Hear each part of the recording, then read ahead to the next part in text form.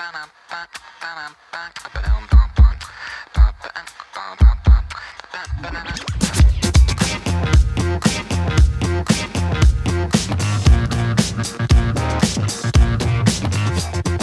le temps de jouer, épisode 12. Bonjour à tous. Pas le temps de jouer, c'est le podcast où on revient sur le backlog de tous les jeux qu'on a sur Steam ou des jeux en blister qu'on a sur console. On rejoue dessus pour voir que ça vaut le coup d'y jouer finalement, alors qu'on les a achetés peut-être en sol ou quelque tard. Et je suis comme toujours avec mon acolyte Bruno. Comment tu vas bien ? Bah écoute, ça va très bien. Donc, toujours confiné, toujours avec mes enfants. Et voilà. Toujours dans le podcast du confinement, hein, voilà. Donc on va essayer de vous occuper pendant une petite heure, 1h30 là. Chacun chez soi, et puis écoute, a priori c'est bientôt la fin, donc... moi j'en ai encore pour un mois. Hein. Oui, bah moi écoute, je travaille et de toute façon je vais toujours au bureau, je vais retourner plus au bureau, mais je pense qu'effectivement on n'est pas prêt tous de rentrer au travail comme d'habitude, on est beaucoup en télétravail je pense. Et du coup ça donnera plein de temps pour jouer.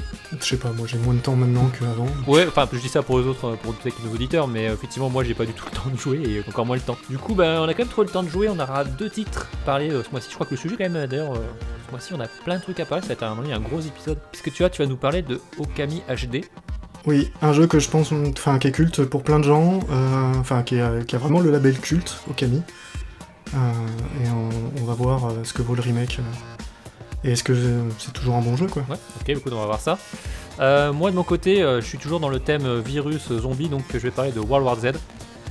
Ça me paraît être un thème approprié en plein confinement et de pandémie. Jeu très imparfait avec de très bonne perfection, on va en parler aussi. Et puis après on aura la rubrique à part ça et une nouvelle rubrique en fin d'émission.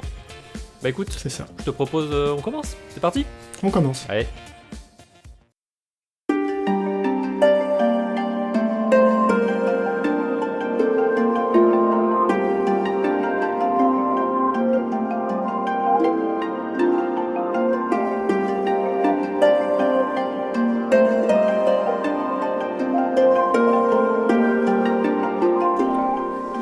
Donc Bruno, tu vas nous parler d'Okami HD avec derrière en fond, d'ailleurs si les gens entendent des bruits d'oiseaux. Oui, c'est le printemps. C'est le printemps ici et il fait très beau aujourd'hui, donc les oiseaux en profitent et me font un bordel pas possible. Voilà. Okami alors ? Alors Okami, Okami c'est un jeu de... Comme je disais dans l'intro, c'est un jeu qui était sorti sur la Wii, une exclue Wii à l'époque, puis après qui est sorti sur PS2 et ainsi de suite. Édité par Capcom et développé par Feu Clever Studio. Qui est un studio japonais qui a eu jamais des grands succès, mais toujours des jeux plus ou moins acclamés. Et Okami, je crois que c'est leur dernier d'ailleurs, avant qu'ils ferment, ou ils en ont peut-être fait un autre derrière, je ne me souviens plus.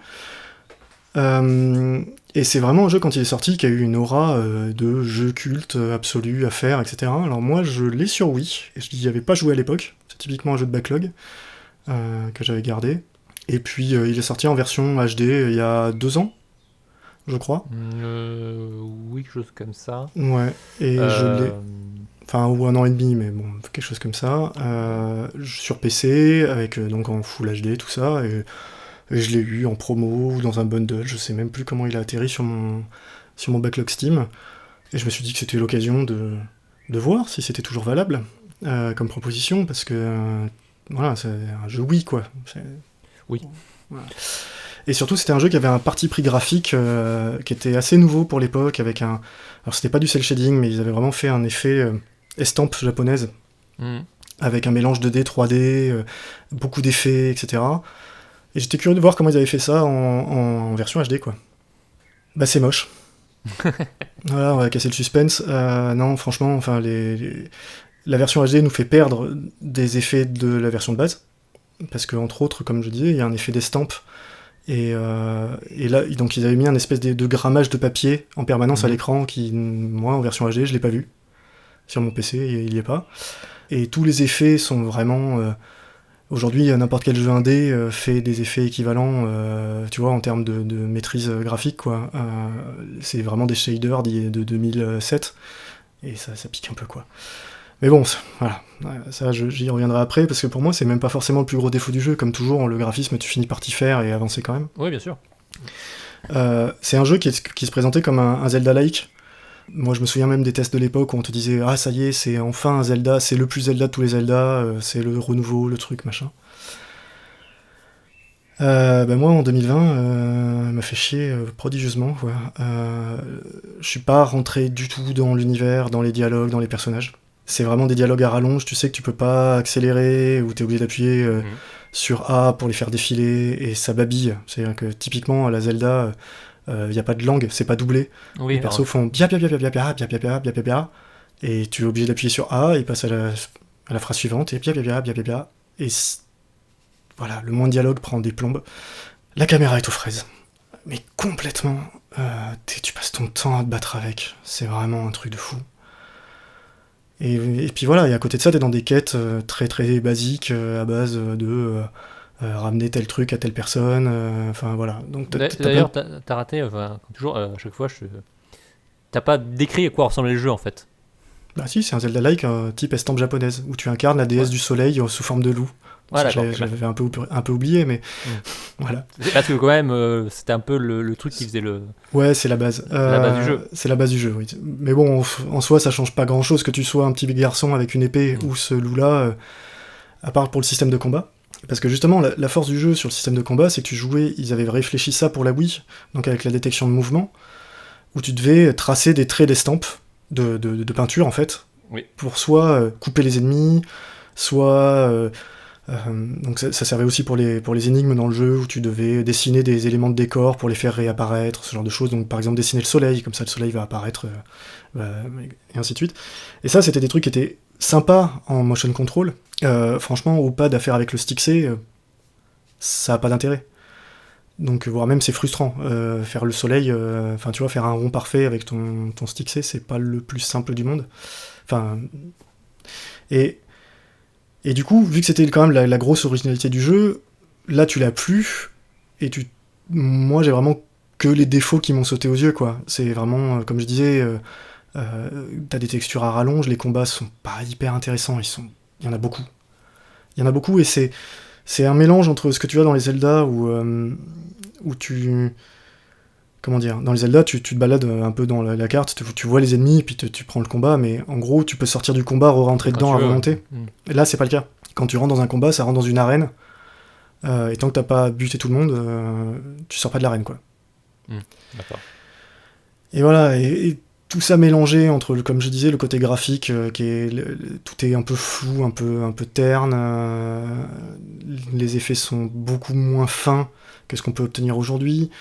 La HD nous a fait perdre des choses, les dialogues un peu roulements, les quêtes qui m'ont pas intéressé, enfin voilà, aïe, pour un jeu culte, ça m'a un peu calmé, quoi. En plus, sur le portage HD, je pense que ils sont même pas embêtés, et ça sent très très clairement l'émulation de code de Wii, parce que moi j'ai remarqué un petit détail, alors ok, c'est anecdotique, le jeu tourne bien, hein. J'étais à plus de 60 FPS sans problème sur ma bécane, mais encore heureux pour un jeu Wii. Heureusement. Par contre, donc, ma carte graphique, elle était clairement en train de tricoter, mais j'avais tous mes corps qui étaient à 100% de charge. Donc j'ai mon CPU qui a bouffé, qui lui est monté en température de façon considérable. Voilà, sur un jeu de 2007, qui est vendu au prix fort, hein, c'est un jeu qui est quand même vendu 20 balles, je trouve ça un peu fort de café. Alors voilà, je sais que c'est un jeu qui a une aura assez particulière, encore une fois, du fait de son studio, du fait de la proposition graphique qui a marqué beaucoup de gens à l'époque. Mais voilà, moi, clairement, je suis pas rentré dedans, je trouve que le jeu a vieilli sur à peu près tous ses aspects. Il m'a jamais fait rire, l'ambiance c'est pas là, et voilà. Et la partie graphique novatrice de l'époque, aujourd'hui, je te dis, n'importe quel jeu indé fait... Enfin, pas n'importe quel jeu indé fait mieux, mais on a tellement de propositions radicales en termes de style, aujourd'hui, que voilà, tu le compares pour reprendre un aspect peint ou peinture, même si c'est pas le même genre de jeu, même si tout ce que tu veux, mais tu le compares à Gris, c'est le jour et la nuit, quoi. Ou même Child of Light, enfin tu vois, on a des propositions de jeux façon aquarelle ou peinture qui sont magnifiques, et lui il tient pas la route. Ouais, je pense que tu vois, effectivement, à l'époque ça vendait du rêve, parce que Clover, c'était le studio monté par Shinji Mikami, voilà, le jeu développé par Kamiya, qui a fait les Resident Evil, et ben après les Bayonetta. Tu dis, effectivement, visuellement c'était novateur, ça vendait du rêve, quoi. Aujourd'hui, ben ouais, j'ai l'impression de ce que tu me dis, et on en a déjà parlé plusieurs fois dans le podcast, on va tomber sur la grande question des remasters faciles, quoi. Oui. Le jeu est culte, on va faire un remaster HD, et comme ça on va se refaire de l'argent dessus. Ouais, et puis exactement. Et puis il y avait encore autre chose, tiens, tu vois, qui à mon avis a participé à son aura. Oublions pas quand il est sorti, c'est-à-dire que quand j'ai dit c'est un Zelda, moi j'avais entendu à l'époque c'est un Zelda qui est mieux que les Zelda. Bah oui, les Zelda de l'époque, c'est chaud. C'était Twilight, bah oui, mais c'était Twilight Princess oui, et vrai, Skyward ouais, Sword. Skyward Sword, contact, c'était un truc, voilà. Enfin. Après, tu vois, ce que tu me dis, ça me fait penser à, j'écoutais After Eight il y a pas très longtemps. Il y avait Golden Greg qui parlait de certains jeux cultes, entre autres, et disant, je pense qu'il a totalement raison, et c'est le cas pour Okami. Ça fait partie de ces jeux-là que tout le monde dit culte, mais que personne n'a joué. Ah mais exactement. Tu vois, moi je l'ai jamais lancé. Bah, je sais, c'est moi qui te l'ai offert. Voilà. Mais c'est le genre de jeu, je me dis, ouais, j'ai envie de le faire, mais en même temps, il me rebute un petit peu, et voilà, tout le monde trouve que c'est génial, mais personne n'y a joué. Ouais. Et moi, je me suis mais il a fallu que je me fasse violence, mais quelque chose de sévère pour passer les 2 premières heures, parce que t'es dans un tuto tunnel ultra long, ultra chiant, tu sais, qui t'explique avec, encore une fois, je te dis, les dialogues, mais c'est long, et ça sert à rien, et on te réexplique 10 fois les mêmes trucs, et voilà, et donc rien que le début, comme tu dis, est repoussant, parce qu'aujourd'hui, on arrive à faire quand même des introductions et des tutoriaux au jeu qui sont moins blocs, on va te montrer toutes les fonctionnalités du jeu d'un coup, et puis démerde-toi avec ça. Et là, je te jure, tu fais 1 mètre, t'as un dialogue de 3 minutes, où t'appuies sur OK. Ça, c'est le genre de truc, c'est pas ce que j'attends d'un jeu vidéo d'aventure. Et quand en plus j'arrive pas à apprécier les personnages et les blagues, parce qu'il y a des vannes, mais waouh, voilà, encore une fois, est-ce que c'est moi qui ai vieilli ou pas? Oui, sûrement, mais non, voilà. Il y a plein de choses qui m'ont fait vraiment pas rentrer dedans. Après, tu vois, c'est un jeu aussi qui est quand même sorti à une époque où le jeu vidéo japonais sur console, c'est quoi, 2006 il est sorti? Ouais, 2006-2007, ouais. C'est quand même l'époque où ils étaient plutôt dans le gouffre quand même, les développeurs japonais. D'ailleurs, il y a qu'à voir, Clover, il a crevé 2 ans plus tard. Ouais, c'est ça, ouais. Ouais, en gros, c'est la bonne idée. Ça me fait penser quelque part aussi à tous ces jeux de ces Tsuda Goichi, et qui sort des jeux, tu vois, il y a des super bonnes idées, mais c'était jamais bien fini, quoi. Oui, alors, je pense que sur la Wii, il était, encore une fois, dans le contexte, c'était bien. C'est un très bon produit de son époque. Et le truc, c'est que, pas juste une version HD, quoi. C'est un jeu qui aurait mérité d'être refondu, reproposé, et pas juste... un vrai remaster. Voilà, et pas juste quelques filtres graphiques en plus, 3 options, et puis le même jeu, quoi. Parce que le fond de gameplay, vraiment, a besoin d'être retravaillé, quoi. En fait, on revient au même problème, tu vois, c'est typiquement un jeu qui aurait pu avoir une deuxième vie s'il y avait eu une vraie refonte, un vrai remaster. Si je prends par exemple avec Shadow of Colossus, qui est un jeu qui est sorti sur PS2 avec des ambitions bien trop importantes par rapport au support. Oui. Il y a eu un premier remaster HD qui a eu le mérite d'exister, et finalement, qu'est-ce qu'ils ont fait? Ils ont fait un vrai remaster, pas juste une repompe entre guillemets juste en HD, mais vraiment un jeu qui a été redéveloppé et qui aujourd'hui du coup a eu un succès de nouveau critique, et qui méritait. Oui, tout le à jeu fait. elle a été bien porté, alors que là, de ce que tu me dis, déjà oui, c'est juste un portage en HD du jeu d'époque.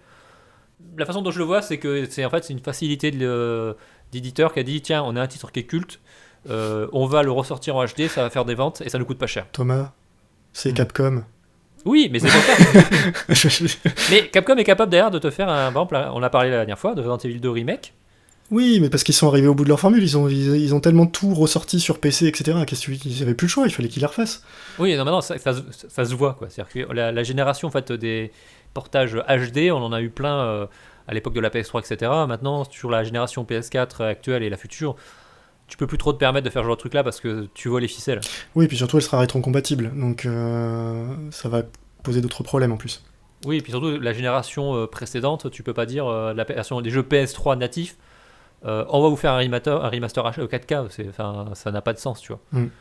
C'est autant PS4. sur la génération précédente, ouais, enfin PS4 d'ailleurs, mais ceci c'est pareil pour des jeux PS3 qui seraient mis 80p, enfin. Là, et entre guillemets, la poule aux odeurs qu'ils avaient pu avoir sur la génération SD HD, c'est terminé, quoi. C'est compliqué. Ah oui, ça va être de plus en plus compliqué. Mais puis encore c'est pour ça qu'ils nous font des remasters pourris comme Steam ou des trucs comme ça, quoi. Ah bah là, ils vont chercher les fonds de catalogue, oui, c'est clair. En surfant sur la poubelle. Ah bah ils font les poubelles. Non mais attends, Sin, moi je maintiens. Ok, c'était un FPS sympatoche de l'époque, mais enfin, on va pas refaire le débat, mais... Bon, bref. Mais non, c'est un... Comme je te dis, Okami, alors c'est cool parce que tu te dis, pour l'archivage du jeu vidéo, c'est plutôt bien d'avoir les jeux sur plein de supports. Mais voilà, en tout cas, moi je sais que je me suis fait vraiment violence pour avancer dedans, et c'était pas... Je peux pas dire que j'ai aimé, quoi. Mais écoute, merci pour ce cadeau que tu m'as fait il y a 2-3 ans, je suis ravi de l'avoir. Bah, j'en suis vraiment désolé, parce que je pensais, tu vois, voilà, comme tout le monde, voilà, il était culte dans ma tête. Personne n'a joué, il est culte, il sort en HD, c'est cool, on va pouvoir le faire, et en fait tu te rends compte que le jeu, il se prête plus trop aux plateformes actuelles, quoi. Ouais.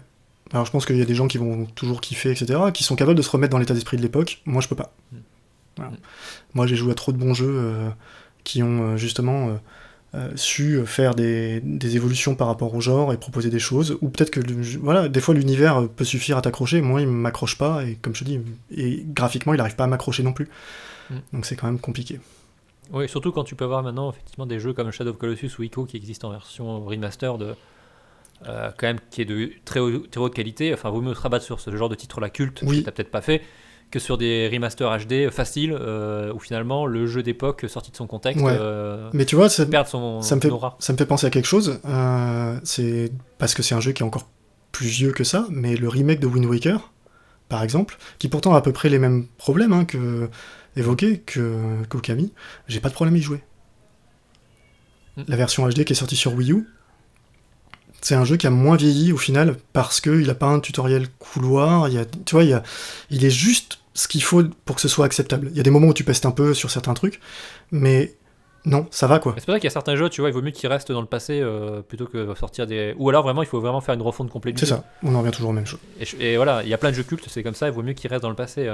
Moi, le premier jeu qui m'est à l'esprit, par exemple, un Shenmue, si tu me le fais pas une vraie refonte du jeu, j'ai pas envie d'y jouer. Pourquoi tu veux pas jouer à Shenmue 3 ? Non, je ne joue. Non, j'ai fini le Shenmue. J'ai acheté une Dreamcast pour Shenmue à l'époque, entre autres. Pas que, mais entre autres. J'ai fait le 2. Le 2, je l'ai pas fini parce que je le trouvais un peu relou. Pour ceux qui savent pas pourquoi il était relou, je vous invite à regarder sur internet, vous le saurez très vite. Mais le 3, non merci. Mais, voilà, il y a plein de jeux, je pense, comme ça, qui étaient très bien dans le contexte de l'époque et aujourd'hui sont plus adaptés en 2020. Quoi. Ouais, mais comme je dis, donc non, Okami HD, on oublie. Ok, écoute, on va passer à la suite. Okami HD, on oublie et on va parler de World War Z.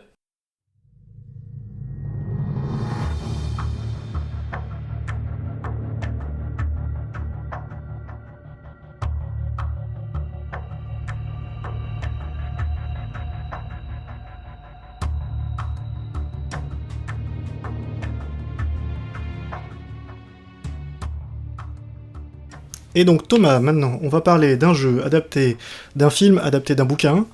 Oui. Et dans l'ordre, un bon bouquin, un film vraiment pas terrible, et un jeu... je vais te laisser juger. Ouais, voilà. Alors, écoute, je dirais pas qu'on est descendant au niveau de la qualité, mais pas loin, on va voir. Ouais, donc comme tu dis, donc World War Z, adapté du livre de Max Brooks, fils de Mel Brooks, le fameux Mel Brooks. Oui. Et donc en fait livre sorti maintenant il y a un petit bout de temps, très bon livre de SF que je conseille à tout le monde, en gros qui explique un peu le film et après le jeu. Dans le bouquin on suit quelqu'un qui travaille pour les Nations Unies qui va aller interroger des survivants d'une apocalypse zombie. Donc il va aller voir au Japon, en France, etc., en Israël et tout, pour avoir en fait finalement faire un recueil de la période avant, pendant, après. Du coup, de ce livre-là, il y a eu une adaptation d'un film avec Brad Pitt, qui est effectivement, comme tu disais, je dirais pas que c'est bof, mais il y a du bon et du mauvais dedans. Voilà. Le mauvais, c'est qu'il ne reprend quasiment rien du livre. Après, il y a toujours la question, le livre, machin, etc., c'est un autre débat. Peut-être que le bouquin a peut-être été très bien adapté, tu vois, peut-être dans une mini-série, ça aurait été pas mal, tu vois, par rapport... Ça aurait été super. Ça aurait été, à mon avis, très très bien. Ils ont voulu en faire un gros blockbuster, il y a des passages qui marchent vraiment très bien. D'autres c'est carrément naze. Voilà, c'est un bon film, ça vous passerez pas un mauvais moment. Mais bon, ici c'est pas Super Ciné Battle ici, donc on n'est pas là pour parler cinéma. Où on a ce film qui a été adapté du coup en jeu vidéo par Saber Interactive.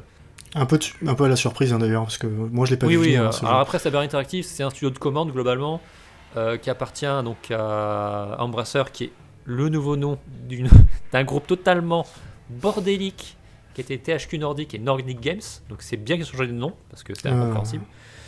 Donc ce groupe basé en Autriche et en Suède, et qui rachète tout, en fait, qui ont racheté mais tellement de studios et tellement de licences, c'est impressionnant.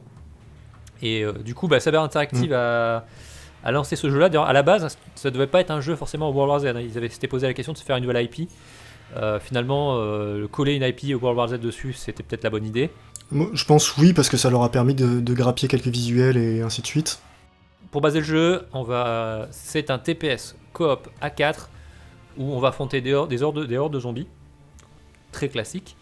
Enfin, c'est Left 4 Dead en TPS, quoi. Voilà, c'est du Left 4 Dead. En gros, c'est vraiment l'héritier.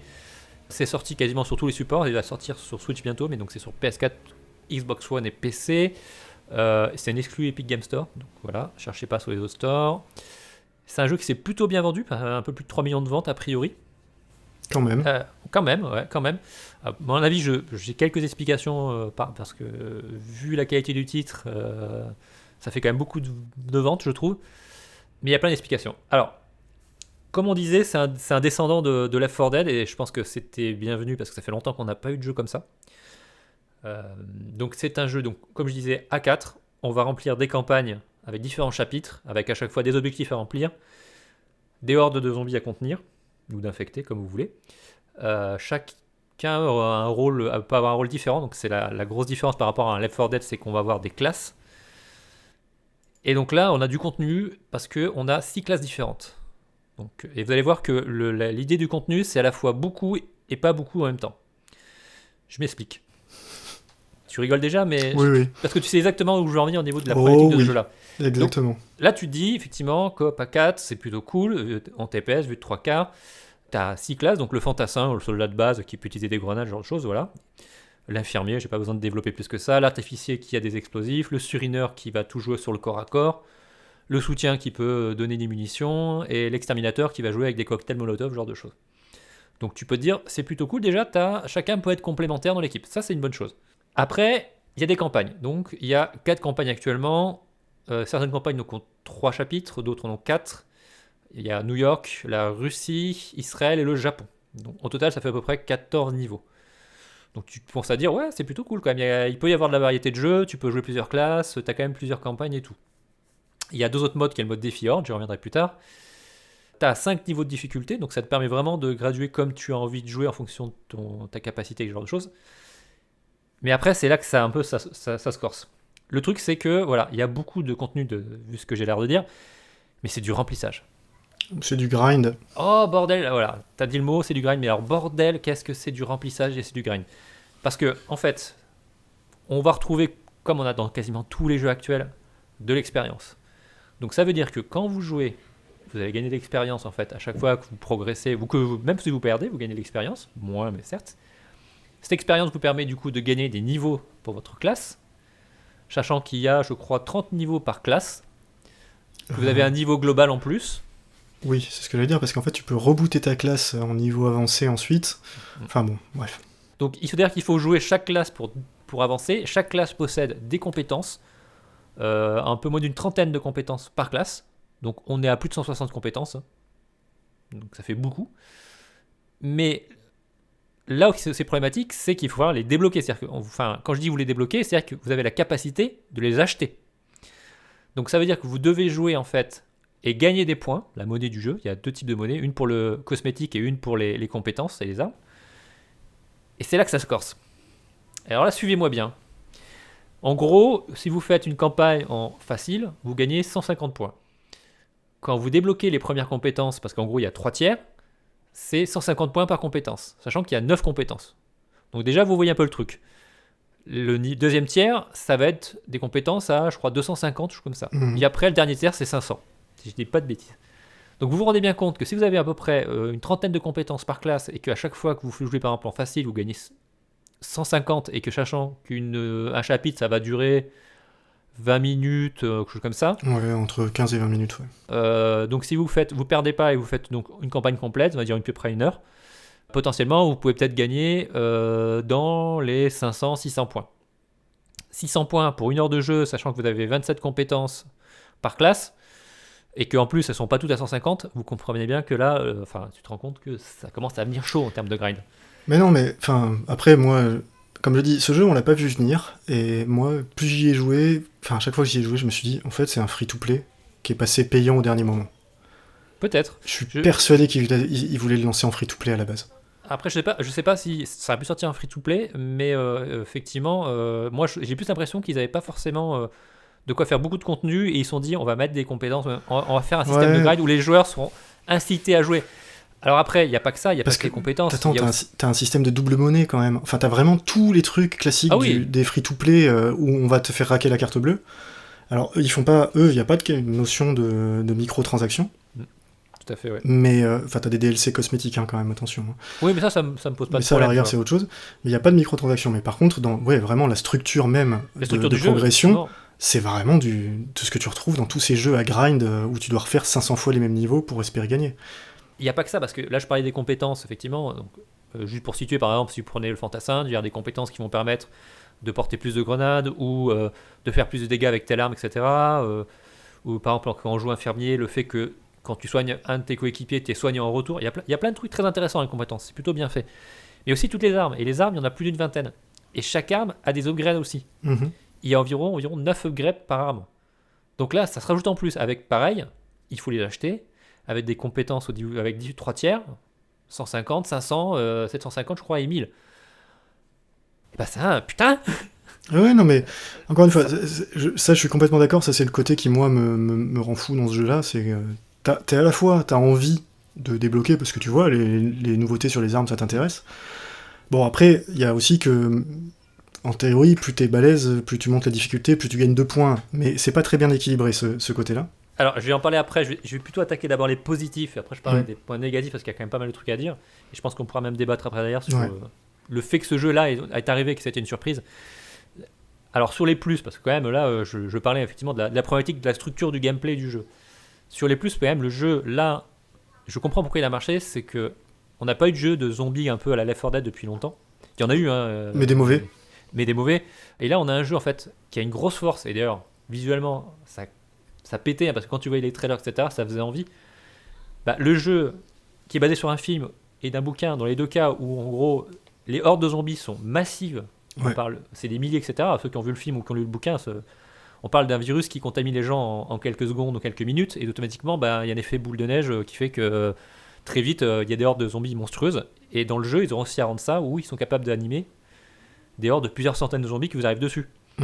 Et c'est très impressionnant. Le jeu, quand on fait le premier chapitre, est suffisamment bien mis en scène pour que la première fois où tu vois un gros groupe de zombies et tu te prends la première horde, je pense que chacun s'était partagé entre rire nerveux, s'appelle injure et les appels au secours. Parce que quand ça arrive la première fois, c'est une grosse surprise. Tu fais, mais comment on va s'en sortir ? C'est vraiment ça. Il y a une sensation vraiment de se faire déborder par les zombies qui n'arrêtent pas de venir.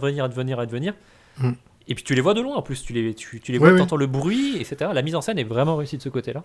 Ouais, ça marche très, très bien. Ça, j'en reparlerai dans les défauts. Je t'expliquerai pourquoi. Oui, mais je vois ce que tu veux dire, et moi aussi j'ai quelque chose à dire. Donc ça marche super bien. Parce que vraiment, contrairement à Left 4 Dead, où tu peux un peu dire, ouais, c'est sympa, mais se taper quelques dizaines de zombies, il manquait ce petit côté un peu genre... Dans Left 4 Dead, il y avait des hordes qui étaient déjà assez impressionnantes pour l'époque, mais on parle d'un jeu qui a... Quand même, Left 4 Dead, il est sorti quoi ? Il y a 10 ans. Il y a plus de 10 ans. Ouais. Donc forcément, techniquement, voilà, là, ils ont quand même réussi à avoir un moteur qui affiche ça.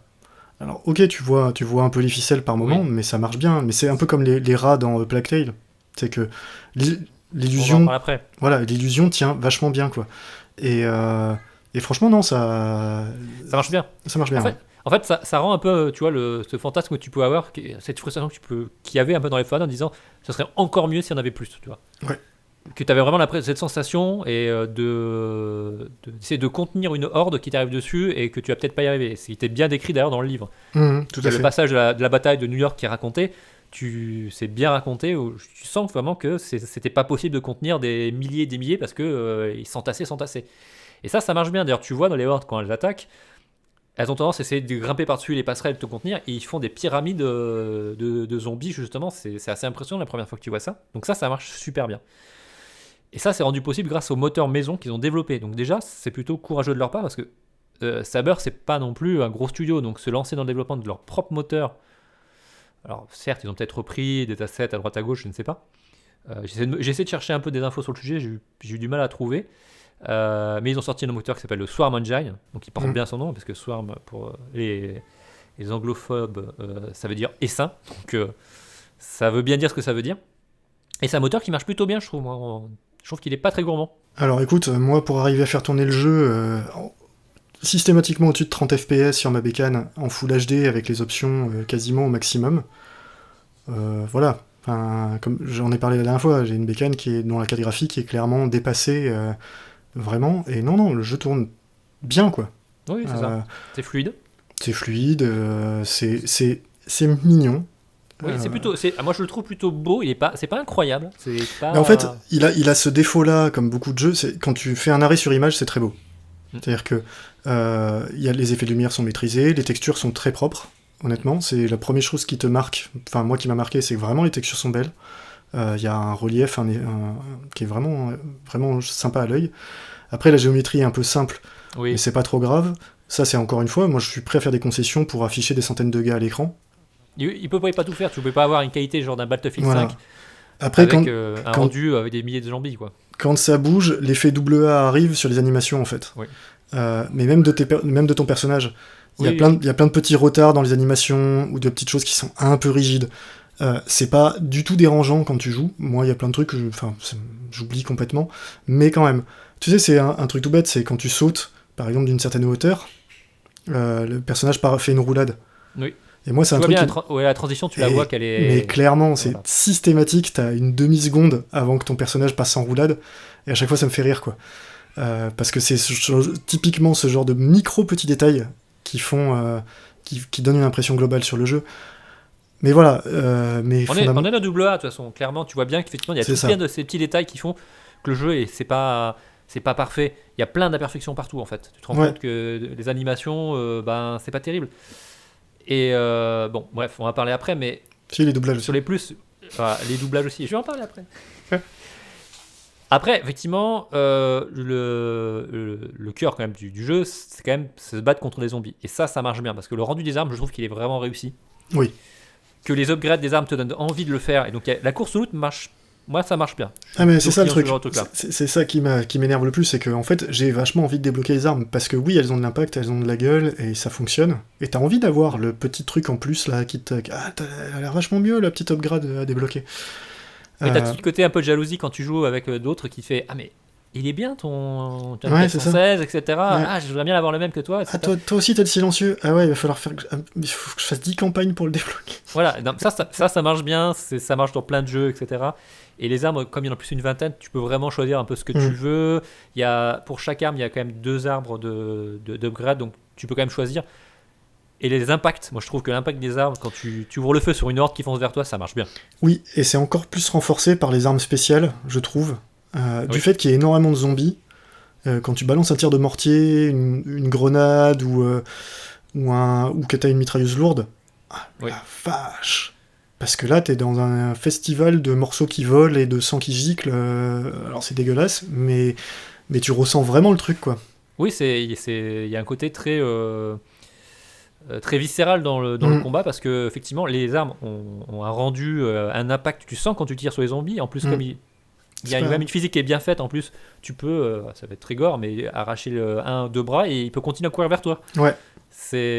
Donc du coup il y a ce côté genre tu ouvres le feu en permanence, tu recharges, et d'ailleurs c'est un peu comme dans Left 4 Dead mais encore plus accentué, je trouve. Tu vas être très vite à dire à tes coéquipiers attends je suis en train de recharger, etc. Et l'autre dire mais non je vais te couvrir, ce qui me fait venir à un point suivant. Le coop il marche bien. Oui, c'est un jeu qui marche bien. Alors le coop souvent sauve des jeux pas terribles. Dans le cas présent je dirais pas que c'est un jeu pas terrible, donc ça fait un jeu moyen. Non, moi je dirais moyen bien, je dirais, il est entre deux, mais disons qu'en fait comme je disais il est parfait et imparfait en même temps. C'est-à-dire que c'est un peu très haut et très bas. C'est ça, c'est qu'il y a des choses qu'il fait très bien et il y a plein de petits ratés qui viennent te gâcher un peu l'expérience. C'est pas du tout un AV, c'est un bon jeu, mais bon jeu, pas parfait, quoi. Et le coop, en fait, je trouve qu'il lisse bien en fait toutes ces imperfections. tu les vois encore, mais du coup ça les lisse. Alors quand t'es en solo, il y a quand même des choses qui te chaussent quand même bien au visage. Oh bah les bots sont tellement débiles que... Du coup je vais attaquer effectivement par la partie négative. L'IA des bots qui est par exemple horrible. Ah bah elle est pire que celle que de Left 4 Dead. Je crois que j'ai jamais vu ça. Et genre tu peux être en train de viser quelque chose et un bot va se mettre devant toi. Non mais c'est même pas des bots, c'est des lemmings à ce niveau-là. Ils ne font que te suivre derrière toi. En fait c'est les personnages dans les JRPG, tu sais, sur la minimap. Mais... Ils sont à 1 mètre derrière toi. Et donc si toi tu recules, ils passent devant et donc ils se prennent tes balles. Et en fait ils font jamais rien. Alors, en plus, il y a plein de problèmes dans l'IA, c'est que déjà, par exemple, ils savent pas gérer les priorités parce que parfois tu peux te retrouver toi isolé et te faire attaquer. Ils sont parfois te dire ils vont foncer dans le tas pour t'essayer de sauver, mais sauf que en fait c'est pas ce qu'il faut faire parce qu'ils vont essayer de te relever alors que tu es entouré de zombies, donc du coup ils vont tomber à terre et tu vas du coup c'est perdu. Ou alors ils vont décider finalement qu'il faut faire une priorité sur autre chose et toi tu seras à 10 mètres d'eux et aucun va venir t'aider. Non mais attends, on parle de bots qui ils savent pas ramasser des armes, ils savent pas recharger leurs armes et utiliser un medkit. Tu t'attends à ce qu'ils savent gérer les priorités derrière? Oui non mais on est vraiment dans le zéro de l'IA quoi. C'est vraiment une catastrophe. Mais en soi, le jeu a été pensé pour le multi-coopératif, tu vois. Oui bien sûr. Ils font pas semblant. Et à la rigueur, encore une fois, c'est un petit studio, ils font des priorités. Voilà, je préfère ça et que le reste soit correct. Non, après moi il y a des trucs. Quand on disait des petites choses qui font un peu bizarre et qui te font toujours t'as un petit moment de recul en disant quoi, par exemple, t'as dit un truc tout bête tout à l'heure, t'as dit il y a 4 épisodes et il y a 14 missions. Parce que la plupart des épisodes ont que 3 missions et il y en a 2 qui en ont 4. 50-50, ouais. Voilà. Et là, on arrive à un point qui est fabuleux dans ce jeu, les menus. Alors, oui. Parce que... Alors, là, tu me gâches tout le truc, et là, je vais dire les menus, l'interface. L'interface de ces morts. Ah, mais... Alors là, je crois que j'ai jamais vu une interface aussi pourrie, surtout pour un jeu qui est sorti en 2019. C'est l'ergonomie la plus pétée que j'ai jamais vue. C'est incompréhensible. Ah mais c'est horrible. Enfin, la première fois qu'on y a joué à 4. On a lancé les jeux tous pour la première fois et on s'est posé toute la question, classiquement, est-ce qu'il y a un lobby, etc. On a mis, je pense, bien un bon quart d'heure à se regrouper à 4 et être capable de lancer le jeu en même temps. Alors, on était dans l'équipe.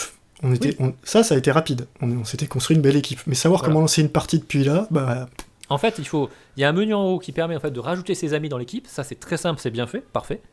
Par contre, tu ne peux pas lancer une partie si tout le monde n'est pas dans le même menu. Oui, voilà. Non, mais... Pourquoi ? Il y a plein de trucs. Et pour en revenir sur l'émission dont je te parlais tout à l'heure, dans le menu, tu vois, c'est un exemple typique, mais ils n'ont pas prévu qu'ils pouvaient faire des épisodes à 4 missions. Donc tu le vois pas.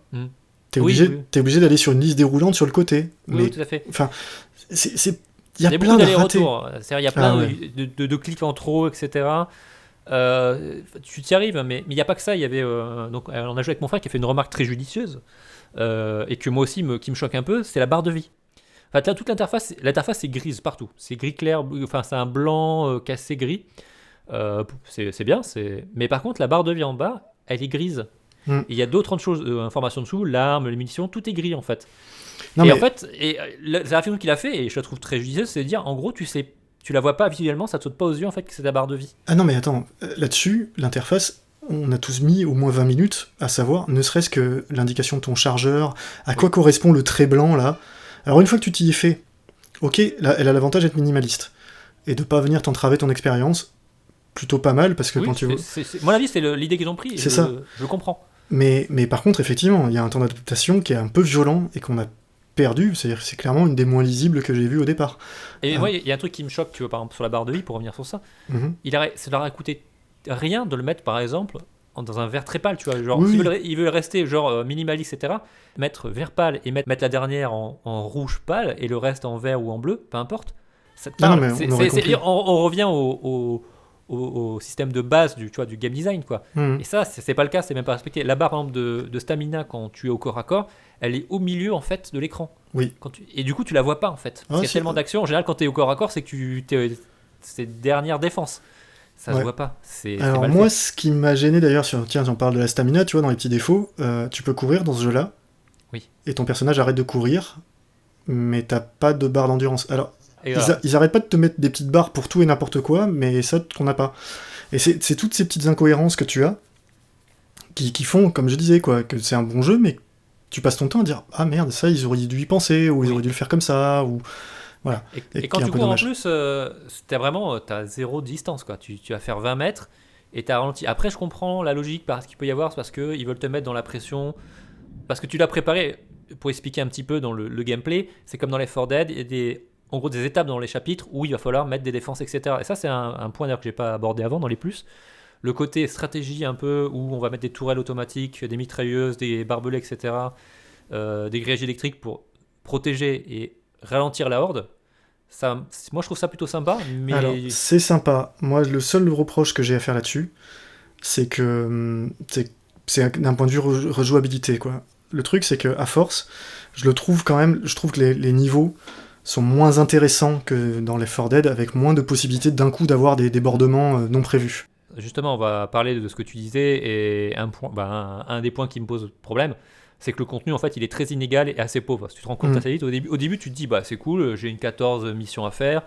Il y a un mode défi où, en gros, c'est un niveau avec des conditions à respecter pour avoir les points. Le mode horde qui est très sympa à jouer. En gros, c'est des vagues et des vagues qui arrivent et il faut protéger, etc. dans un aéroport. Parce que là, c'est très très fun. D'ailleurs, au passage, pour ceux qui veulent grinder un peu plus facilement, vaut mieux faire ça parce qu'on gagne beaucoup plus de points. Ah oui, c'est celui-là qu'il faut utiliser. En termes de temps, stabilité, c'est celui-là qu'il faut faire. Hein. C'est 10 fois plus. Une heure de jeu, vous gagnez 1500 ou 2000 points, alors que en même temps, sur une campagne, à difficulté équivalente. Ouais. Mais effectivement, sur le contenu, moi je trouve que tu as fait les campagnes, tu te rends compte qu'il y en a qui sont vraiment pas terribles. Oui. La campagne de Russie, moi par exemple, j'aime vraiment pas. Alors la campagne de Russie, je l'ai refaite pour être sûr. Il y a vraiment des problèmes des fois de lisibilité des objectifs. Voilà. Qui font qu'elle est compliquée au départ. Alors, mais tu vois, on en revient toujours même. C'est que la première fois que tu l'as fait, t'es vraiment en souffrance parce que tu comprends que dalle. Oui. Et puis quand tu l'as refait, tu l'as fait 1 ou 2 fois, ça va mieux. Tu comprends le truc. En fait, les problèmes, c'est que les points chauds dans chaque niveau sont toujours les mêmes en fait. En fait, on va revenir au problème que tu disais au début, c'est le système des hordes. En fait, les hordes, les grosses hordes, arriveront toujours par le même endroit. Systématiquement. Ce qui fait que tu sais exactement à quoi t'attendre. La seule chose qui peut jouer, c'est que si tu joues avec des humains, en fonction du niveau de difficulté et des armes que tu peux prendre, il peut toujours avoir des erreurs commises par tes partenaires. Ce qui peut te faire déborder, etc. Mais si chacun connaît bien son rôle et joue pas trop mal, normalement tu t'en sors. Oui, alors après dans les modes de difficulté supérieure, le truc c'est que la moindre erreur, le moindre de timing t'es mort tout de suite, quoi. Ce qui me fait revenir en fait au problème initial que je disais sur le contenu et sur le remplissage. Les niveaux de difficulté, il y en a 5, c'est cool, mais par contre effectivement tu sens bien que ça a été fait on va rajouter la difficulté un petit peu pour que les gens aient l'impression qu'il y a plus de contenu à faire, mais en fait non. Je trouve pas forcément ça plus fun de jouer en mode le plus difficile ou le plus simple, tu vois. Non. Il y a le challenge éventuellement, mais c'est... Ouais, alors le mode facile est vraiment facile, le coup. C'est vraiment une problème de santé. Mais entre le mode normal et le mode hard, c'est toujours pareil, hein, t'as les masochistes, ok, très bien pour eux, quoi. Moi, c'est pas mon trip. Mais non, je dis, ouais, c'est... Alors, puis il y a d'autres choses, tu vois, il y a des ficelles qui sont un peu trop apparentes, encore une fois. Par exemple, les zombies spéciaux, parce que ça, t'en as pas parlé. Oui, je voulais en parler. C'est vrai. Les zombies spéciaux, moi j'ai remarqué que... Alors, ils popent toujours par grappe de 3 ou 4. Systématiquement, ils sont jamais mêlés à la horde, ou c'est très rare. Ils sont toujours... ils essaient toujours d'arriver par derrière, etc. Ça dépend. En tout cas... En mode horde, ils sont dans le tas. Hein. Ah oui, en mode horde, oui, mais dans les campagnes, non. Et je sais pas, ouais, c'est... Tu le sais, quoi. C'est-à-dire que tu sais que t'as une horde qui va arriver devant, et t'as 3 zombies spéciaux qui vont arriver derrière, et Après, les spéciaux, je trouve il y a quelques bonnes idées, par exemple. Oui, je suis assez d'accord. En gros, on va retrouver...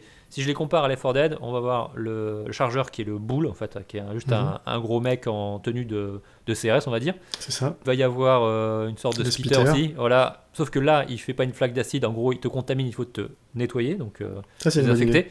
Et si tu te désinfectes pas, tu te convertis en zombie. D'ailleurs, pareil, hein, si tu meurs, tu te convertis en zombie et tes coéquipiers doivent t'abattre. Je trouve ça plutôt sympa. Moi aussi. C'est une très bonne idée. On va avoir le screamer du coup qui attire les autres. C'était un peu le clown qu'il y avait, mais là vraiment en renforcé. Donc, c'est vrai. Ça, c'était pas mal. On va voir les zombies en hazmat qui, quand on les tue, font un gaz qui se répand et qui fait assez mal. Donc c'est pareil, il faut les tuer assez tôt. Il y a les démineurs qui ont une bombe sur eux. Alors ceux-là, je les adore parce que quand ils arrivent de nulle part et qu'ils sont au milieu de l'équipe, ça fait mal. C'est un carnage, c'est assez drôle. Et qu'est-ce qu'on a comme spéciaux ? T'as le chasseur, ouais. Voilà, le creeper qui vous saute dessus comme c'est que finalement le hunter. Exactement. Donc on retrouve un petit peu, donc bon, ça c'est pas mal.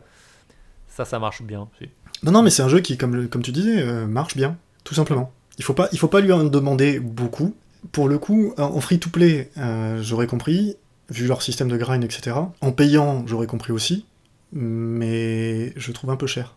Le truc, c'est que il vaut 35€ sur l'Epic Game Store. Bon, c'est pas excessif non plus. C'est pas très très cher, mais je trouve que vu la durée de vie, c'est-à-dire si vous voulez y jouer un peu 2-3 fois comme ça avec des potes, c'est plutôt cool. Vous allez pouvoir jouer un petit peu en solo parce que ça reste jouable, je trouve. Moi j'ai fait pas mal de sortes de jeux en solo. Même si les bots sont stupides, bon, tu baisses un peu de difficulté, tu peux passer un bon moment, on va dire. Mais c'est vrai qu'une petite promo, à mon avis, il vaut mieux mettre une petite solde dessus, quoi. Bon, nous on l'a eu gratuitement, c'était le meilleur des prix. Ouais, alors c'est le meilleur des prix, effectivement. Ceci dit, hein, ils l'ont mis en gratuit parce que dans quelques jours sortira un DLC avec une nouvelle campagne qui se passera à Marseille. Curieux de le voir, j'ai regardé un peu le mode avec des passages qui se passent dans le catacombe, dans le noir, avec des lampes torches. À mon avis, ça va être très sympa à jouer, ça. Ouais, et puis moi j'aime bien, comme je t'avais fait la réflexion, je trouve que voir Marseille comme ville, je trouve ça cool. Ouais, moi je trouve ça cool aussi. Ouais, parce que, bon, j'espère juste que c'est pas le Marseille de Taxi qu'ils ont repris, mais... alors, on n'a pas parlé d'un point, mais... C'est bien pour ça que je te relance là-dessus. Voilà, tu me relances là-dessus parce que effectivement dans le trailer du niveau de Marseille, effectivement on a un personnage direct avec un béret parce que forcément ce sont des Français. Oh bordel, les doublages. Mais c'est clair. Les doublages. Alors franchement, les moins pires, je pense. Enfin, le niveau à New York, donc on joue des New Yorkais, donc il n'y avait pas de problème. Parce que... Ouais, et encore. Encore, bon, mais bon, ça passe. On a l'habitude, on va dire. Oui. Mais alors, les doublages des personnages russes. Et alors, les personnages, enfin les Japonais et les Israéliens. Ah, mais c'est à se flinguer. Oh là là. Alors, je dirais en référence, je dirais pas Michel Leb, mais si, moi il y aurait un logo. Michel Leb, Seals of Security. Michel Leb approuve, ouais. Ah, c'est. Waouh! Ah non, mais c'est un peu comme dans ceux qui ont joué à Bruit du Golf. Voilà, vous voyez Suzuki le caddie, voilà. Oui, et puis bon, il y a aussi le fait qu'on n'en a pas parlé, mais les personnages sont différents entre chaque campagne. Oui, ça c'est plutôt sympa, je trouve. C'est sympa, après du coup ils ont dû faire 16 personnages. Leur chara-design n'est pas toujours... voilà. Ouais, les Russes. Les Russes. Ah, les Russes, ouais, mais... voilà, c'est pas toujours du meilleur goût, ce genre de choses. Bon, c'est vraiment des tronches de série B. Oui, mais enfin, en même temps, c'est de la série Z.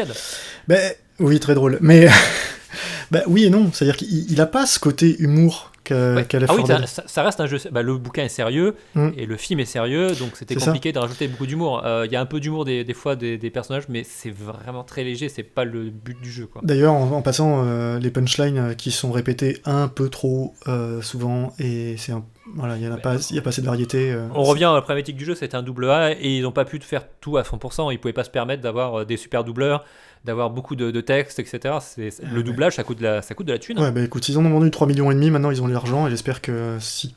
On va voir la campagne qu'ils vont en faire, effectivement. Ouais. Après, moi je comprends pourquoi le jeu a eu du succès, parce qu'effectivement c'est un bon jeu, très imparfait, etc. Et surtout, des jeux comme ça, des jeux en coop TPS... il y en a plus tant que ça. Il y a une époque quand Left 4 Dead est sorti, qu'est-ce qu'on en a eu ? On a eu des Army of Two, on a eu le Payday, qui est le premier qui est sorti à l'époque dans la foulée. Qu'est-ce qu'on a vu d'autre là avec les deux truands, je sais pas comment ça s'appelle. C'est quoi, Ken et Nietzsche ? Oui. Voilà, pas forcément des bons jeux, mais il y a eu une époque quand même de la PS3 fin d'année 2000 où là, du coop on en a bouffé. Hein. Ah ouais, mais Army of Two et Ken et Nietzsche. Mais j'adore le mode coop. Les Resident Evil, t'as oublié ? Oui, là, mais c'est-à-dire qu'il y avait moi j'ai la sensation en tant que joueur que dans la fin des années 2000, début 2010, on en a eu plein du jeu coop. Et puis ça s'est un peu calmé, j'ai l'impression. Ça s'est calmé parce que ça pose des nouvelles contraintes que les studios... c'est toujours le problème, c'est soit tu fais un jeu qui ne se joue qu'en coop avec un bot et c'est chiant, si tu joues tout seul. Et en plus, ça crée... Enfin, il y a des cas d'école. Dead Space 3, c'est un cas d'école on rajoute un bot coop au forceps dans l'histoire qui n'est pas prévu pour, avec un gars où tu rigoles parce qu'il disparaît d'une cinématique sur l'autre. Enfin, c'est... Non, c'est compliqué, hein. C'est compliqué à mettre en place. Et c'est compliqué... Faire un jeu coop comme ça s'appelle War Z, ça marche bien parce que c'est des jeux, entre guillemets, multijoueurs. Voilà. Ouais, c'est ça.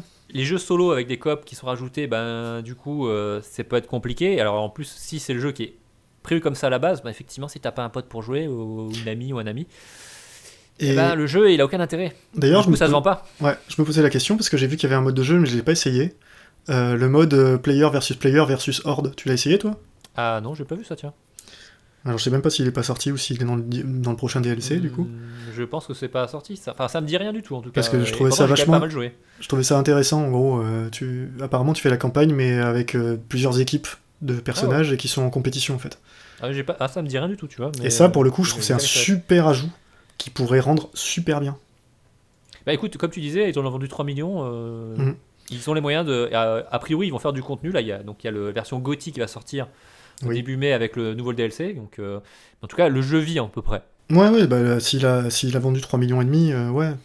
Mais non, mais c'est très bien. Mais après, le jeu, tu trouves facilement des parties. Hein. Tu fais du quick match. Moi, j'ai jamais difficulté à trouver des joueurs pour faire une partie. Donc, bref.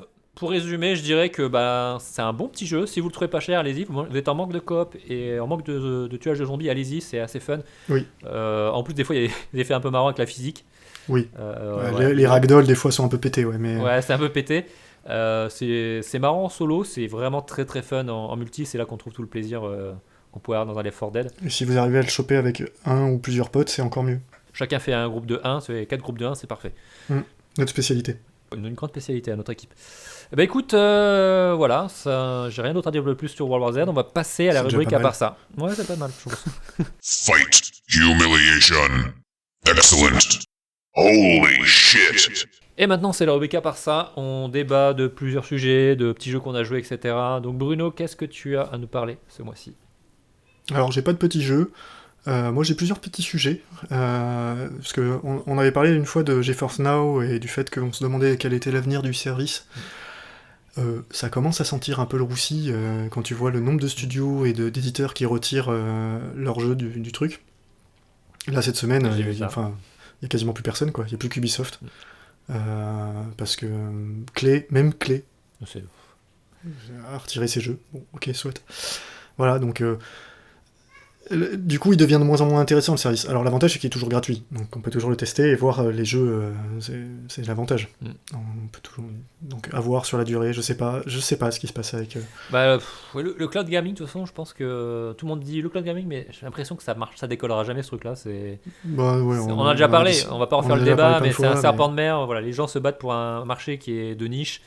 C'est ça. Bref, tout le monde veut contrôler un marché que personne n'a été vraiment intéressé. Enfin, au niveau des joueurs, on va revenir au même débat en disant oui, ça peut marcher si pour quelqu'un qui est un joueur occasionnel et que tu lui proposes une solution toute clé en main, facile d'utiliser, oui.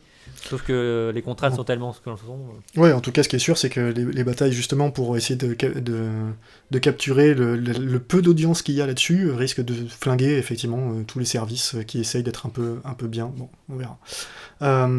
Mais tant que je suis là-dessus, du coup, j'ai parlé d'Ubisoft un petit peu. Très bonne transition. De la main. Très bonne transition, puisque en fait c'est juste, j'aimerais décerner un prix à Ubisoft, parce qu'ils m'ont fait un coup absolument incroyable. Au début du confinement, ils ont fait une promo pour Just Dance 2020, alors vu que j'ai quand même pas mal d'enfants qui pouvaient s'amuser là-dessus, 3 filles en l'occurrence, et mon fils, je leur ai pris sur Switch Just Dance 2020, et je tire mon chapeau au marketing d'Ubisoft, parce que quand tu arrives sur le produit, en fait, sans te le dire, ils te disent alors il faudrait que tu crées un compte chez nous, chez Ubisoft, etc. Et au fur et à mesure, ça débloque des options sur la page d'accueil. Et je me suis retrouvé un moment à ce que ma fille de 4 ans voit apparaître toutes les chansons Disney dans Just Dance. Des génies. Voilà. Et quand tu veux en sélectionner une, ça te dit que tu as besoin d'avoir l'abonnement Just Dance Illimited, qui vaut 4€ par mois. Et comme ça, elle peut accéder à toutes ses chansons Disney préférées. Alors, bravo, parce que du coup, en tant que parent, t'as vraiment du mal à dire que tu peux pas le faire. Et voilà. Alors bon, ils sont bons joueurs, hein, ils ont offert 30 jours pour le confinement de ce truc-là. Ah, c'est sympa. C'est sympa, en même temps, moi, du coup, ça c'est fait... pas très cher non plus. Hein. Non, c'est pas très cher. Surtout si tu l'achètes à l'année, ça fait 25€. C'est là-dessus où je veux en venir, c'est pas une arnaque, ce service-là. Je dis juste, voilà, bravo les gars, votre plan marketing, il est parfait. La carotte est pour les enfants. La carotte, elle est magnifique. Mais voilà, il est pas du tout honteux, hein, 25€ pour l'année, c'est un DLC, moi je suis désolé. C'est un bon jeu en plus, donc c'est un truc sympa. Oui, puis là, ça te rajoute 500 chansons. Ouais. C'est-à-dire que pour 25€, je trouve vraiment pas ça déconnant, quoi. Non, carrément pas. Après, tout se fait en streaming, ça c'est la mauvaise blague, parce que du coup, ma connexion qui est vraiment dégueulasse a du mal à gérer ça. Ça, c'est un autre débat. Voilà. C'était juste ma petite croquette pour Ubisoft. Bravo les gars. Et je fais le dernier sujet ou tu enchaînes ? Écoute, je vais enchaîner un petit peu là. Ouais. Donc, alors moi, c'est pareil, c'est dessus assez rapide. Mais je voulais quand même faire un petit focus sur un petit titre qui est sorti là, un truc qui a été réclamé par En des fanboys. catimini, ouais. En catimini, là, un peu en douce, là, je me suis dit, il s'appelle Final Fantasy VII Remake sur PS4. Je voulais un peu en parler vite fait parce que c'était tellement le projet le plus bancal du monde. Parce que moi, j'adore les Final Fantasy. Hein, j'ai quasiment fait tous les Final Fantasy canoniques, etc., à part vraiment un ou deux. Et j'aime beaucoup. Hein. Enfin, la relance de ce jeu qui est tellement culte à travers le monde, enfin surtout en Occident, puisque beaucoup de joueurs ont connu Final Fantasy par le 7, de sortir un jeu qu'on va faire en remake découpé comme ça, enfin c'est quand même, c'est très chaud. C'est un peu comme si tu vois, je le comparais par exemple si demain Valve disait on va vous sortir Half-Life 3, tu vois.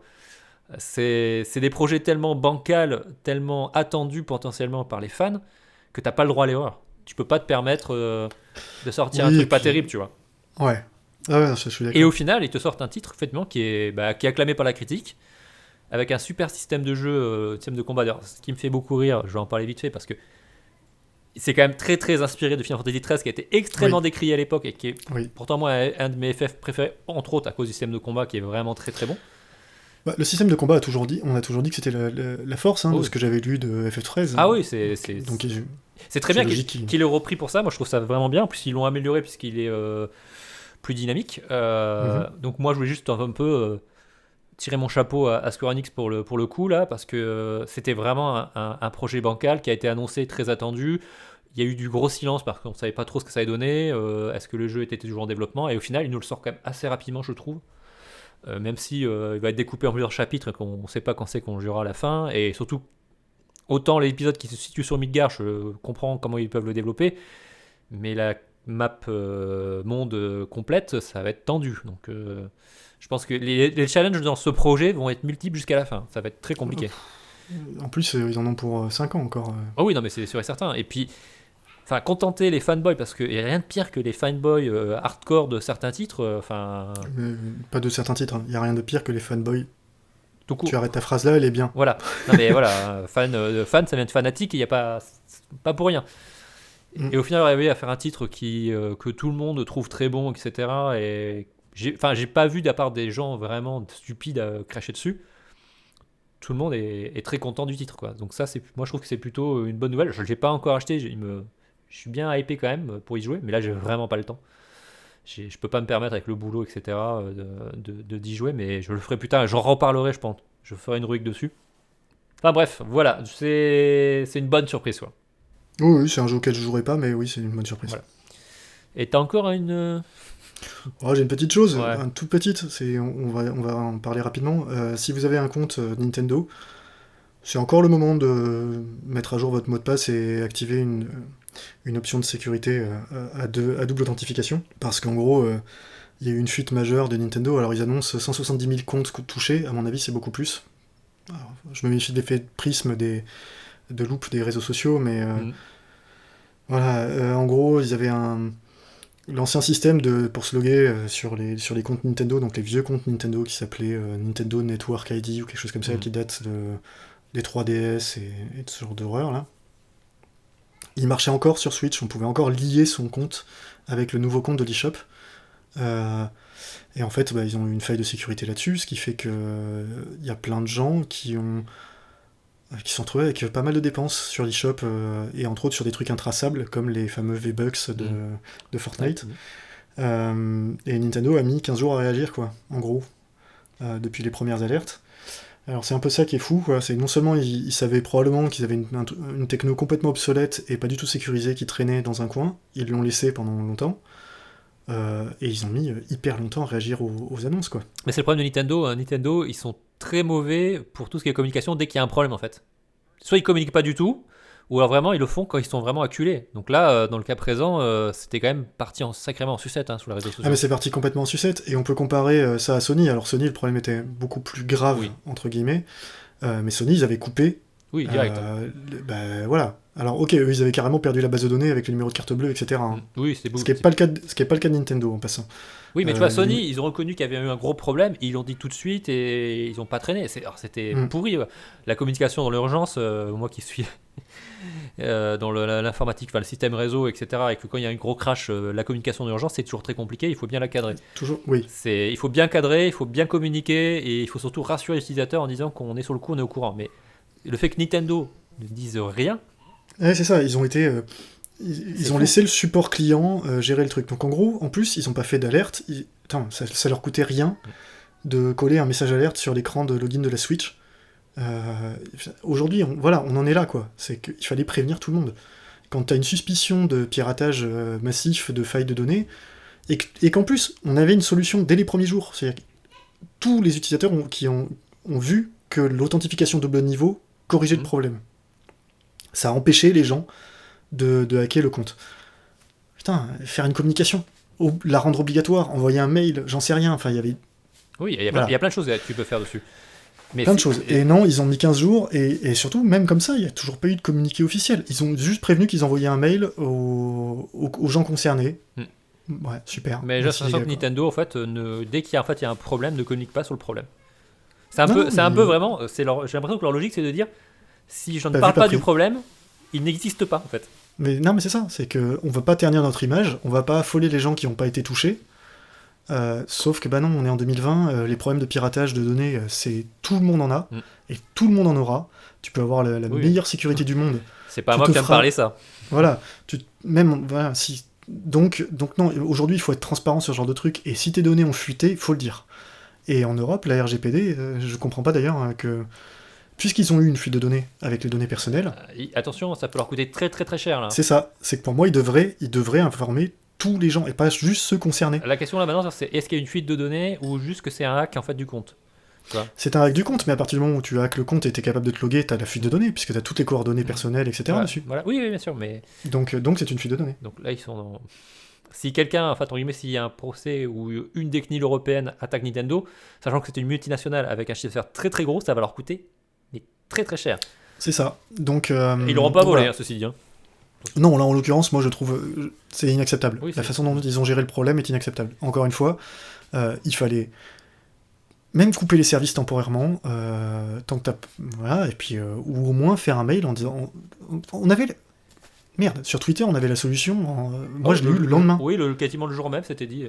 En gros, c'était vous pouvez faire ça. Le double authentification a l'air de régler le problème, mais c'est pas certain. Mais faites-le. Voilà. Et par contre, changer le mot de passe ne réglait pas le problème. Et c'était ça qui était très alarmant au départ. Et en plus, du coup, ils ont laissé les gens spéculer qu'il y avait une faille active qui permettait de repirater des comptes autant à volonté, alors que c'était pas le cas. Enfin bref. Voilà, Nintendo quoi. Voilà. Nintendo et le hotline, c'est toujours un grand moment de Nawak et ils ont 10 ans de retard quoi. Oui. Et c'est pas nouveau. Hein. Plus que 10 ans même. Écoute, moi j'ai un dernier petit point, c'est plus mon petit coup de cœur du moment, etc. C'est la sortie de Persona 5 Royal en France. Donc la version super étendue avec un trimestre supplémentaire. On avait fait déjà un épisode. Attends, je pense pas que je vais le faire. Hein. Je suis pas sûr.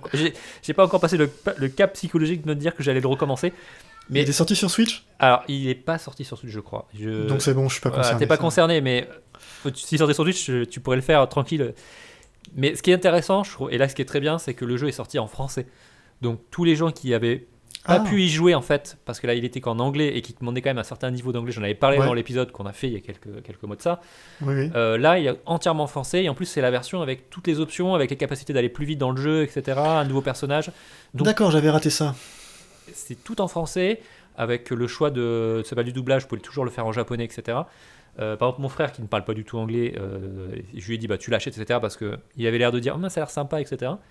Il est à fond dessus. Par contre, ça veut dire que déjà la version origine c'était plus de 100 heures de jeu. Là, c'est bon, c'est 150 heures. En complétiste, j'en parle même pas. Donc, moi j'ai envie de le faire parce que je suis très fan. Et si vous êtes fan un peu du Japon, même si vous n'êtes pas y allé, comme pour éviter les quartiers, etc., et c'est vraiment très immersif, c'est vraiment cool. C'est un très très très bon RPG. Pour moi, c'est un des meilleurs JRPG que j'ai pu jouer de ma vie. Donc la version royale qui est en plus en français, allez-y, lâchez-vous. Par contre, prévoyez du temps ou alors jouez-le un petit peu comme ça de temps en temps. Mais c'est pas de le rusher d'un coup parce que sinon vous allez plus vivre. Hein. Bah écoute, je crois qu'on a fait le tour et on va lancer la nouvelle rubrique de ce mois-ci. Jingle. Et c'est l'heure du défomètre. Donc c'est la nouvelle rubrique OZEF. Donc on va traiter de petits sujets des news qui sont sortis et on se dit mais qu'est-ce qu'il leur a pris en 100 balèques? C'est l'OZEF le plus total. Donc ce mois-ci, Bruno, qu'est-ce que tu as retenu comme news complètement balèque? Alors moi j'en ai reçu 3. Il y a Crysis Remastered.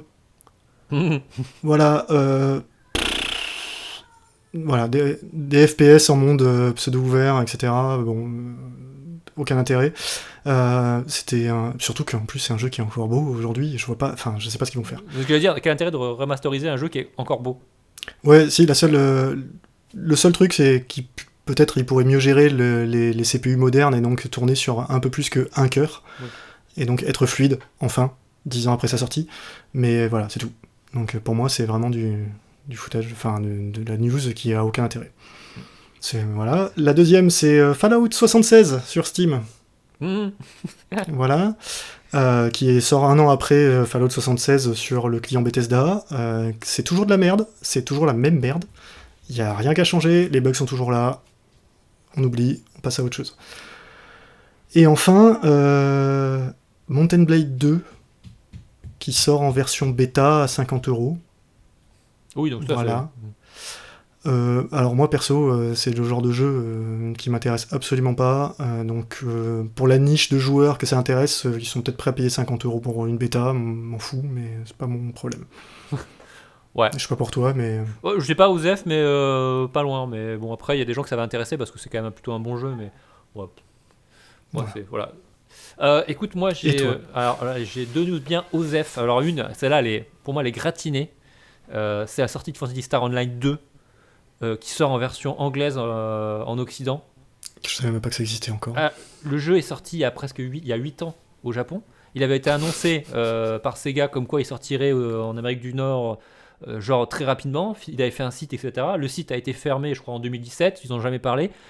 Le truc purement asiatique. Je crois qu'il est sorti peut-être Singapour, Taïwan, des trucs comme ça. Mais jamais en Occident. Déjà, je comprends même pas pourquoi ils l'ont pas fait. Et là, ils nous annoncent, joueurs occidentaux, vous allez pouvoir jouer à Phantasy Star Online 2. Mais pourquoi ? Le coût d'investissement, etc., je comprends même pas. Il faut du support, il faut les serveurs, le data center, etc. Pour un jeu qui a plus de 8 ans. Franchement, je pense que... Moi qui, pourtant, aime bien la Phantasy Star, mais plutôt les jeux Mega Drive, Master System, mais là, j'ai joué le premier au Phantasy Star Online sur Dreamcast à l'époque. Ouais. Pour dire. Mais là, franchement, c'est vraiment OZEF que je suis là. Ça sert enfin, je comprends même pas l'investissement. Sûrement. Et on va pas faire un débat là-dessus. Et après, la dernière news OZEF pour ma part, c'est le remake de Panzer Dragoon, parce qu'on reste dans le Sega. Donc, développé, etc. Panzer Dragoon, jeu culte, on y revient. Les fameux jeux cultes que tout le monde dit qu'est culte, mais que personne n'a joué, parce que c'est quand même un jeu qui est sorti sur Saturn. Et après, il y en a eu d'autres après, mais le premier initial, c'était le Saturn. Feu Saturn et Feu Segata. Et ben en fait, le jeu est naze. Donc voilà, on prend un jeu culte, c'est redéveloppé, le jeu est naze. Et là, ils ont annoncé un gros patch pour essayer de rendre le jeu et le sauver, en fait, carrément. Ouais, et puis surtout, c'est un type de jeu qui a tellement vieilli. C'est du Raygun, hein. C'est ça, enfin... Ça fait partie du truc, voilà, on en revient. C'est pourquoi vous nous faites ça, quoi. Donc ça a pu être très très bien, mais ils n'ont pas du tout revu la formule. En plus, le développement est naze. Ils avaient annoncé pareil aussi, je sais peut-être plus, il y avait peut-être des compositeurs à la musique, etc., qui s'annonçaient plutôt bien. Au final, le jeu est naze. Ils sortent un gros patch pour essayer de le sauver. J'écoute, j'espère, parce que ça peut arriver. Des miracles, il y en a eu. Le Rainbow Six de Ubisoft, par exemple, le For Honor. Mais là, franchement, je ne vois même pas l'intérêt de le sauver. Il n'aurait jamais dû exister, ce jeu. C'est ça. En tout cas, pas dans cet état-là. Enfin, Non, mais... Enfin, non. Il y avait moyen, avec la franchise, de faire un truc bien, mais là, ouais. OZEF, quoi. Donc... Voilà pour nos OZEF du mois. Donc voilà, ces petites rubriques qu'on refera tous les mois un peu pour passer les news un peu vite fait qu'on a vu et que franchement on comprend pas pourquoi ça sort. Voilà, c'est vraiment ça, on comprend pas et on s'en fout en fait. On va me dire pourquoi vous en parlez si vous en foutez. Si, c'est justement une annonce, on n'en parlera pas. On n'en parlera pas de ces trucs là. Voilà, on sait que c'est naze ou on sait que ça n'a aucun intérêt. Attendez pas un PLT de jouer, pas le temps de jouer sur Fallout 76 ou Crysis Remastered, quoi. Il y en aura pas. C'est un peu la rubrique troll, un peu quelque part, parce qu'il y a des trucs, je suis sûr qu'il y a des mecs qui sont là, oh, Phantasy Star Online, ça va être trop bien, etc. tant mieux pour vous, j'ai envie de dire. C'est ça, après, on juge pas. Hein. Voilà, on juge pas, hein. Chacun y trouve son plaisir, hein, mais c'est bizarre. Écoute, ça va conclure notre épisode de ce mois-ci, Covid-19 numéro 2. C'est ça. On se retrouve le mois prochain normalement avec, ce sera l'épisode 13. On approche de la fin de la saison 2, tu sais.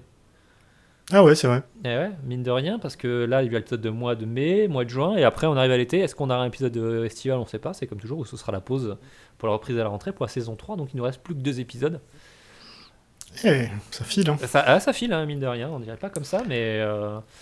D'ailleurs, j'en profite pour remercier, parce qu'en fait, nous, on suit un peu nos stats, alors on fait pas des grosses écoutes, hein, on est un tout petit podcast, mais on voit qu'on a de plus en plus de gens qui nous écoutent, et c'est cool. Ouais, ça fait plaisir. Voilà. On a des retours aussi, ça fait super plaisir. Il y a un certain qui se reconnaîtra, qui nous fait des gros comptes rendus, donc merci à toi de nous faire des retours et donner ton avis et tout, ça fait vraiment plaisir. Donc voilà, n'hésitez pas à nous laisser un petit message ou quoi que ce soit, nous toujours prêts à la critique à partir du moment où elle est constructive, voilà. Donc oui, merci à vous, à nos auditeurs qui arrivent, etc. Ça fait vraiment plaisir. On essaye de faire un truc un petit peu comme ça à la cool, sans se prendre vraiment la tête, et ça fait plaisir. C'est ça. Et est-ce que tu sais ce que tu vas parler pour le 13e épisode? Pas du tout. Alors pas du tout, parce que moi, comme je disais, c'est un peu chaud en termes de jeu. Pour jouer en ce moment, je vais essayer de trouver quelques trucs. J'ai des jeux à jouer, hein, ne vous inquiétez pas. J'ai des trucs à sortir, il y a du Hollow Knight, voilà, des trucs comme ça.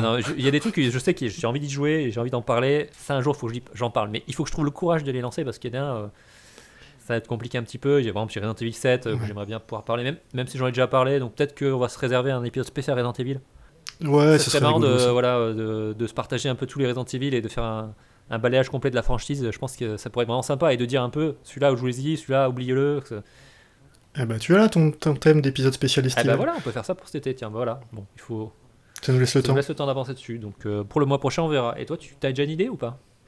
J'ai une idée, mais c'est un jeu qui est assez court, donc déjà que j'ai un peu de mal à... Tu vois, sur un jeu comme Okami, j'ai eu du mal à tenir plus de 10 minutes. On verra. Non, c'est Rim. Je pense que je l'aborderai parce que il est intéressant. Mais j'en parlerai le mois prochain. Oui, garde. On va pas commencer à faire l'épisode maintenant. Bon, écoute, merci Bruno. On se retrouve donc fin mai. Là, on est fin avril. Le confinement se termine normalement d'ici à peu près 15 jours. J'espère qu'on sera déconfiné, même si ce sera probablement pas totalement, et ça va être un peu toujours compliqué. Donc faites bien attention tous à vous, à vos proches, et jouez. Voilà, restez chez vous et jouez, c'est bien. Il y a plein de jeux à faire. C'est le moment. C'est l'occasion. On peut être des no-life et on n'est pas jugé. Voilà, c'est parfait. Et d'ailleurs, il n'y a pas à dire, c'est les no-life et les joueurs qui s'en sortent le mieux. Moi, je suis le seul à faire du télétravail avec presque un tri-écran, tout équipé, etc. Et avec un casque pour les réunions, les conf calls. Ouais, d'ailleurs, petit conseil technique pour la prochaine pandémie et le prochain confinement. Si vous faites du travail chez vous, prévoyez un autre clavier, parce que les claviers de gaming mécaniques, c'est juste la mort. Ah, c'est horrible. Voilà, je fais juste un petit aparté, un petit bonus, mais alors ça fait pratiquement 6 semaines que je travaille avec ça. J'en ai ras-le-bol. Donc, ouais, et c'est ce qui a fait, tu vois, que je n'achèterai pas de clavier mécanique. Mais il faut un autre clavier à côté pour le reste. Ouais, c'est bon, hein, t'as 3 écrans, tu peux avoir 2 claviers, hein, c'est bon. Bon, on va se quitter sur ça. Merci à tous, merci Bruno, on se retrouve le mois prochain. À plus. Salut Thomas.